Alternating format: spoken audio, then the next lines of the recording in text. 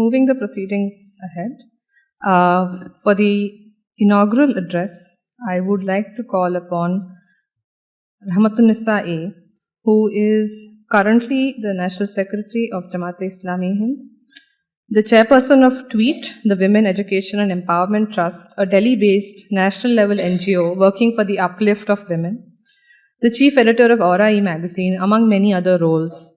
And she has written hundreds of articles, stories, dramas, poems in English and Malayalam.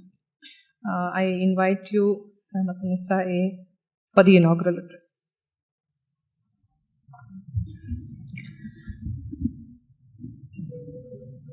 Assalamu alaikum wa rahmatullahi wa barakatuh. May the Almighty's peace and blessings be upon all of us. My dear, beloved, respected, honorable sisters, the guests of honor on the dais, the officials of Jamaat-e-Islami Hind and its Women's Wing at national level and Delhi, the officials of GIO, volunteers, media personnel, and dear ladies and gentlemen, and all those who will be listening to us online. A very good afternoon, and may the Almighty bless all of us, our country and our worlds with more peace and justice. And that is the only objective of organizing this program. We are here to attest our commitment to human rights, peace, and justice.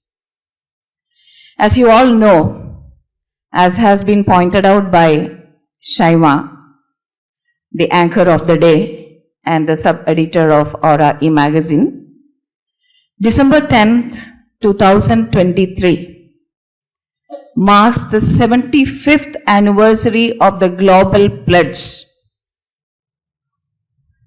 In the year 1948, the leaders of the world made a pledge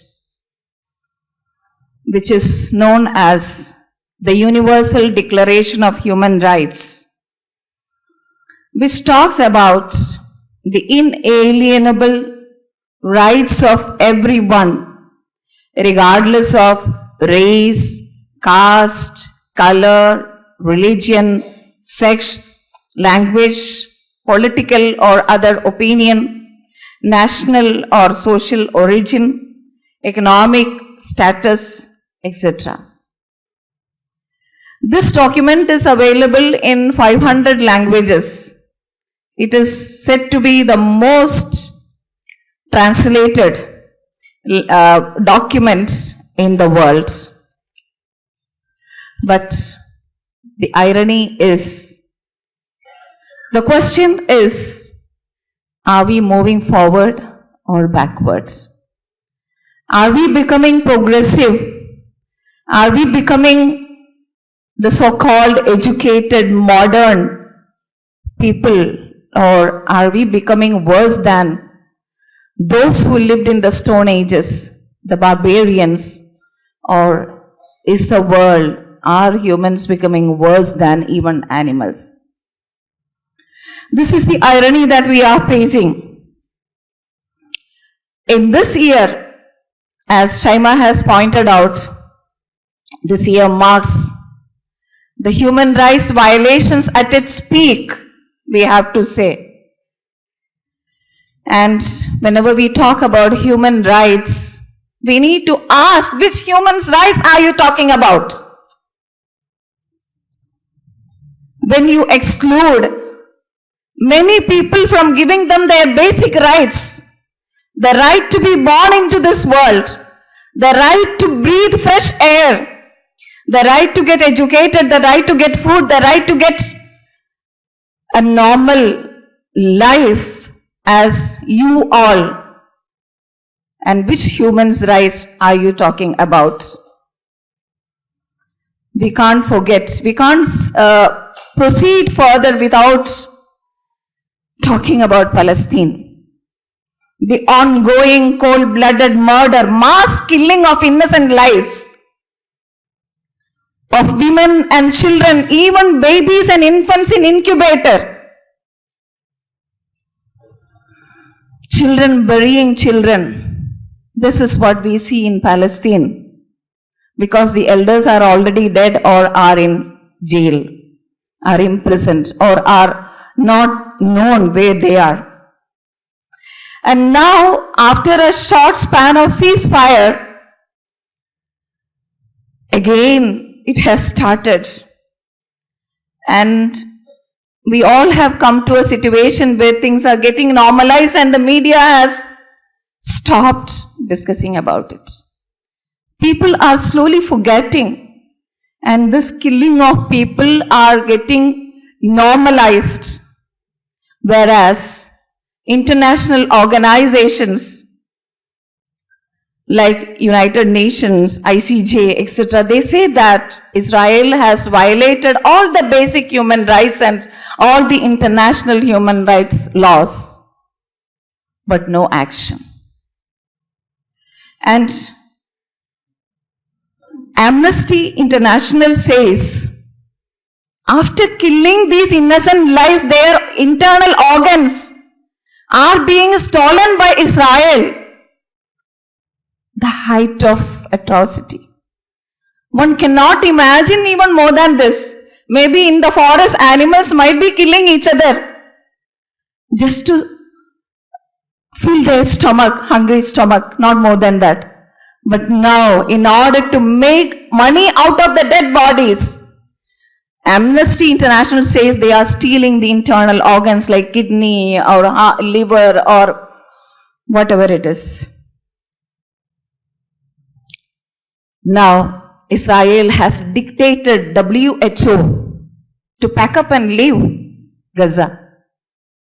So where is the role and where is the place of international organizations like UNO? We need to think. This is where we civilians, this is where we ordinary people who have extraordinary power of humanity to stand up and express our solidarity.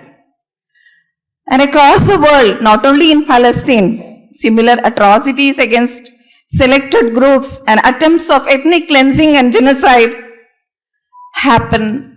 They are day-to-day happening across the globe in the name of color, skin, religion, etc.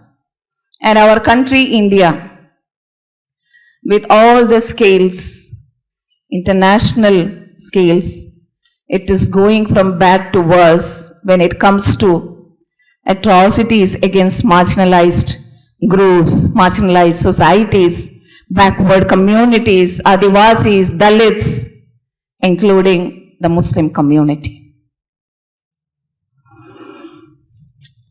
Our country, we used to call it India, Hindustan, and now there is a discussion of calling it Bharat, whatever name you call it.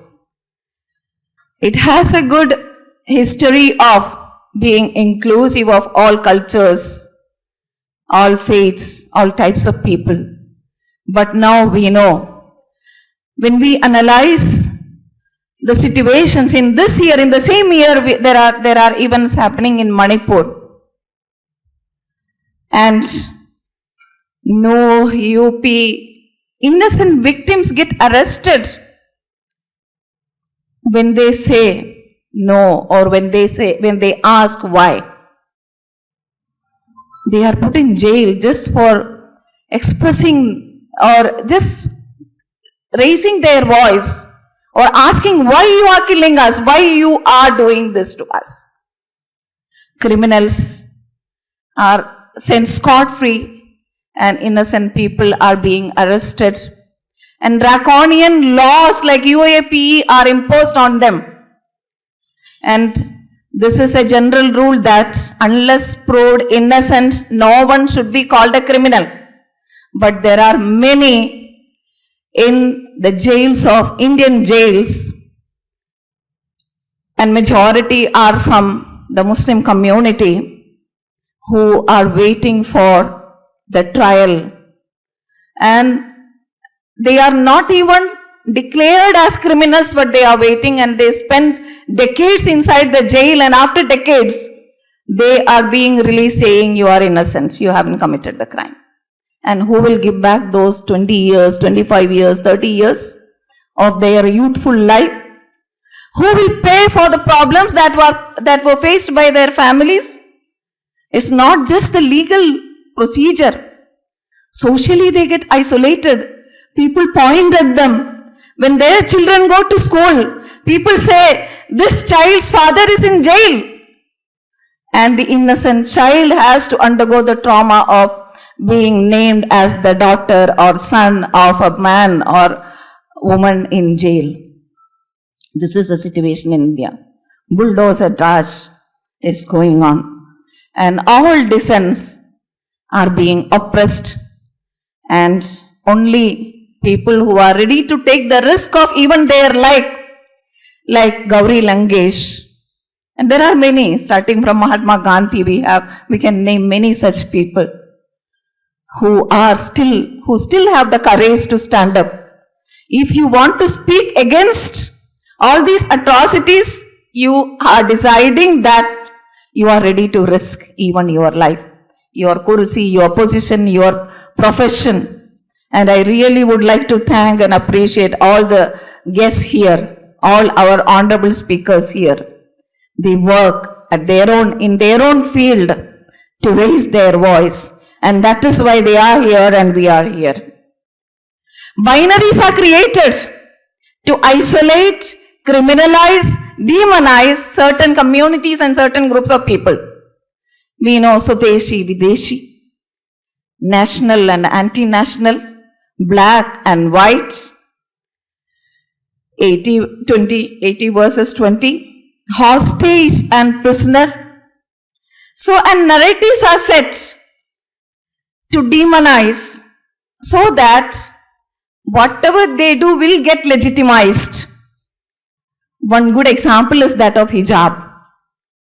I ask many of my Christian and Hindu friends, see, I am wearing a piece of cloth on my head. Does it disturb you? Does it give you any trouble? No, we respect you. But why this demonization? It is whereas in every religion it is accepted as a good thing. It doesn't disturb anyone, doesn't give any trouble to anyone. Halal. There is a time, and even now, many people go to a supermarket and search for the halal brand because they believe that it is neat and it is good. And that is getting demonized. So good things are getting demonized, and so that hatred can be injected and created against them, and people will not feel guilty in doing anything against them, any atrocity, whether it is raping them, whether it is killing them, whether it is looting their business or their wealth from their homes or their offices or their business. People will not feel guilty. Worse than this is the double stand and the selected silence taken by human rights and social activists across the world. We have seen this in the case of Palestine. We have seen this, we have witnessed this in the case of those events that happen in India. Social activists, human rights activists, international organizations, political leaders, they have the selective silence. When it comes to certain people, when they feel so and so is the criminal, they speak volumes, primetime debates we can see. Lekin. But when it comes to another person from another particular community, immediately we can hear, justifying his acts, or they will term him as mentally disturbed, under distress, or things like that. And the media, there are medias. Media, when people are here, they had to face the ban and they had to undergo the trial, but they proved innocent and they are even now live. There are many such media, and especially small social medias are emerging. This is a positive thing, but still, the prominent, the general, the mainstream media, they do nothing but adding fuel to the fire. Instigating hatred, isolating people so that all the human rights can be denied to them and no one will be there, पूछने के लिए. No one will be there to ask why this is happening to them. That is why we believe that, and the judiciary, the law enforcing agencies, all that we know what they are doing, and that we have seen in Manipur and places like no. That is why informed advocacy is essential to address the challenges of this equality paradox. Whenever we talk about human rights, people talk about equality. But this is a very paradoxical statement in the present scenario.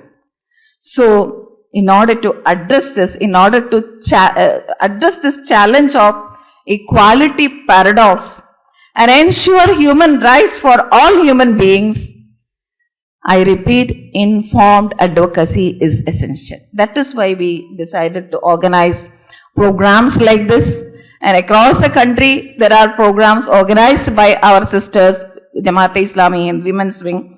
And we need to educate ourselves and also the society, the people, on issues that really matter. So that is why the seminar, Jamaat-e-Islami Hind, derives its inspiration from the Holy Quran. I just want to quote one verse from the Holy Quran. That is our inspiration. It says that chapter number 4, verse number 135, believers, it asks the believers to stand for human rights, and it says that be upholders of justice and bearers of witness to truth for the sake of Allah, even though it may either be against yourselves or against your parents and kinsmen, or the rich or the poor. No disparity, for Allah is more concerned with their well-being than yours. And the last sermon of the Prophet Muhammad sallallahu alaihi wasallam, he also advocated human rights, equality, justice, and the dignity of life. He clearly said, addressing the Arabs, he clearly said, around 1,400 Arabs were standing in front of him, listening to him. He said there is no difference between an Arab and a non-Arab. There is no difference between a white and the black. And in order to put an end to the economic disparity, he declared that no interest will be taken or given by any believer, any of my followers. So much has to be done by those who still believe in humanity and justice. So let us join hands and do whatever we could so that we will not lament like the poet, मैं हूँ वो इंसान जिसने इंसानियत का दर्स तो दिया मगर इंसान होने का हक अदा ना किया. Wishing all the best, very best to all the speakers as well as the audience. I declare this seminar open in the name of the Almighty. Bismillahir Rahmanir Rahim. Wa akhiru da'wana anil hamdulillahi rabbil alamin.